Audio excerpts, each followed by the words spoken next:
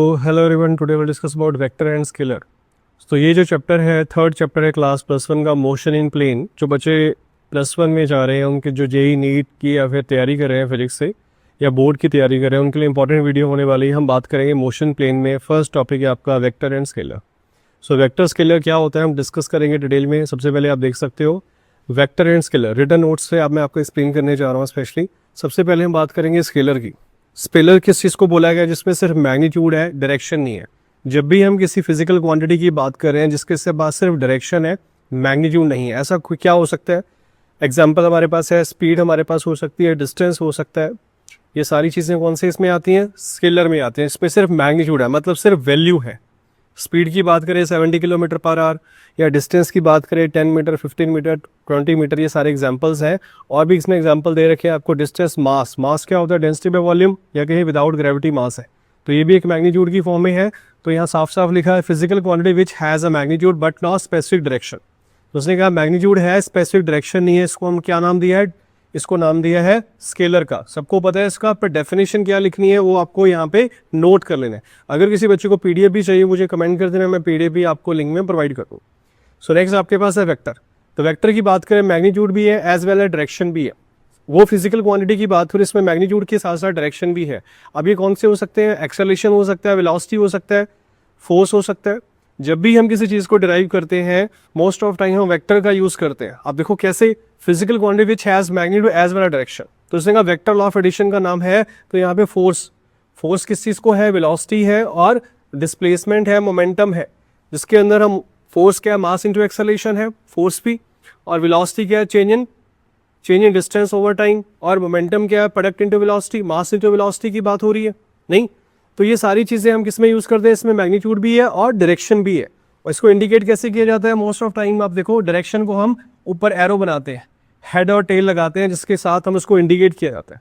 So next आपके पास है current. अब यहाँ पे बहुत बच्चे पूछते हैं सर करंट क्या है? करंट देखो दोनों को फॉलो नहीं करता। करंट ना ही वेक्टर क्वांटिटी है ना ही स्केलर है।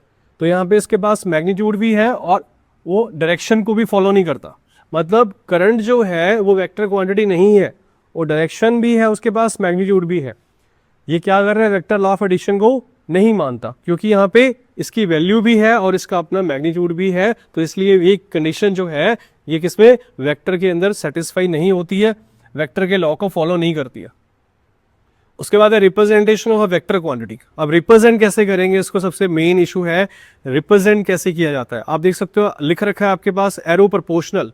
अब उसने कहा एरो के साथ जो रिप्रेजेंट किया जा रहा है, arrow proportional to length, arrow proportional to length to the physical quantity being represented.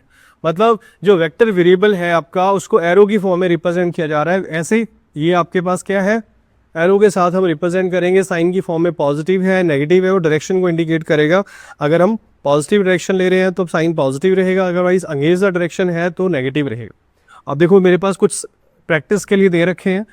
आप देखोगे प्रैक्टिस में साइन 2π/3। अब साइन 2π/3 का पर्पस क्या है? आप देखोगे यहाँ पे उसने लिखा है 2π। 2π किसको बोला जा रहा है अभी? 180/3, डेट इज 60। 60 को मैं लिखूंगा 120, 120 को लिखूंगा 90 + 30। तो 90 + 30 की जब बात होगी, साइन हमारे पास सेकंड क्वाड्रेंट में पॉजिटिव होता है नहीं।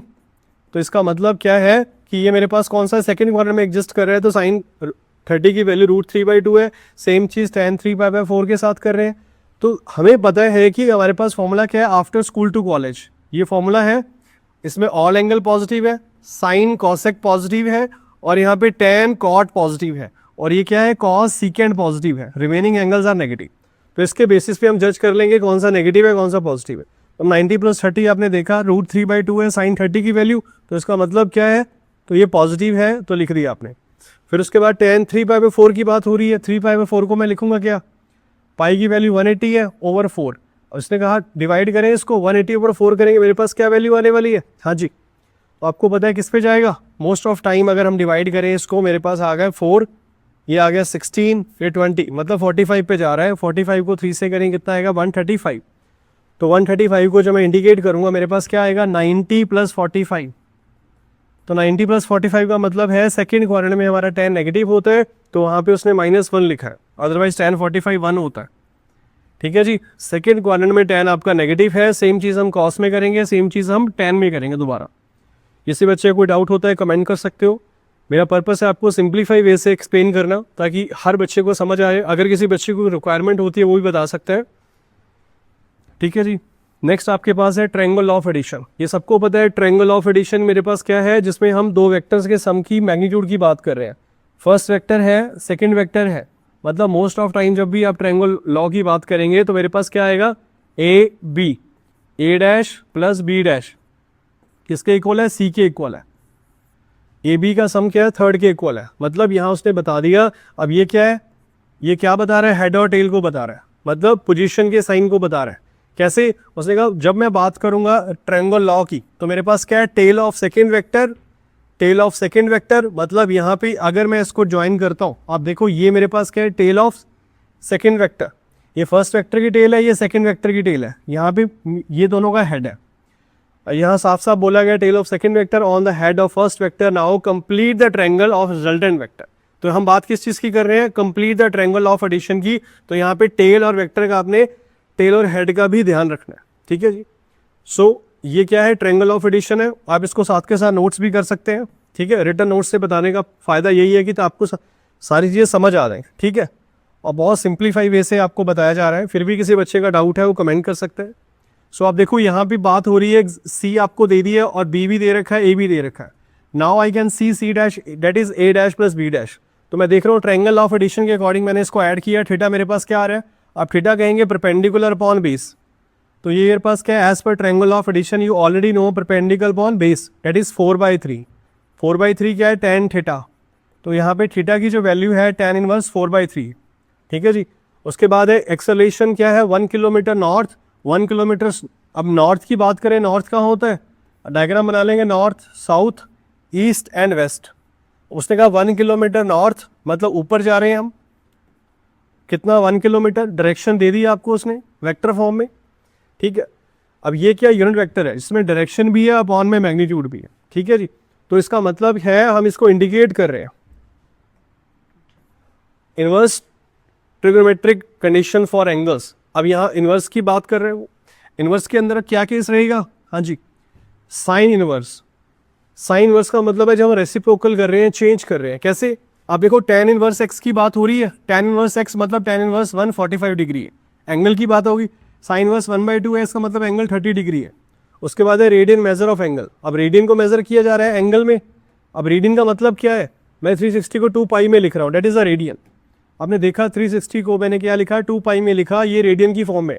अब इसका कौन सा फॉर्मूला होता है, मोस्ट ऑफ टाइम हम जो यूज़ करते हैं, ये फॉर्मूला मेरे पास है। यहाँ पे ये थीटा है आपका और ये आर है, ये लेंथ ऑफ आर्क है।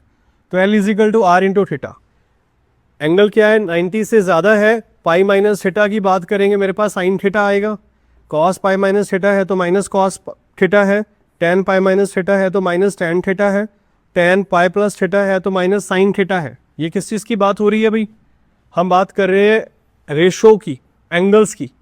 ठीक है, तो मेरे पास कौन सा एंगल है, sine pi minus theta, sine theta, cos theta minus cos, tan minus tan, pi minus sine, cos minus cos, tan minus plus tan. अब हम कहेंगे ये कैसे पॉसिबल है, आप कहोगे सर ये सेम फॉर्मूला है आपका वही आफ्टर स्कूल टू कॉलेज। क्या फॉर्मूला है, 0, 90, 180, देन 270 और 360। All angles are positive here, you already know this.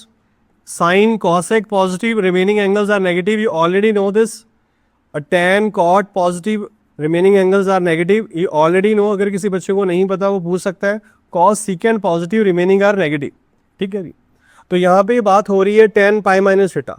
पाई का मतलब 180 है, इसका मतलब पाई/2। मैं लिख देता हूँ यहाँ पे पाई माइनस थीटा है तो माइनस साइन पॉजिटिव है। cos पाई माइनस थीटा है तो माइनस होगा, क्योंकि साइन cosec पॉजिटिव है तो माइनस कॉस है। tan पाई माइनस थीटा है तो tan पाई माइनस थीटा क्या होगा, माइनस आएगा, क्योंकि पाई जो मेरे पास है ये क्या है, 180 है।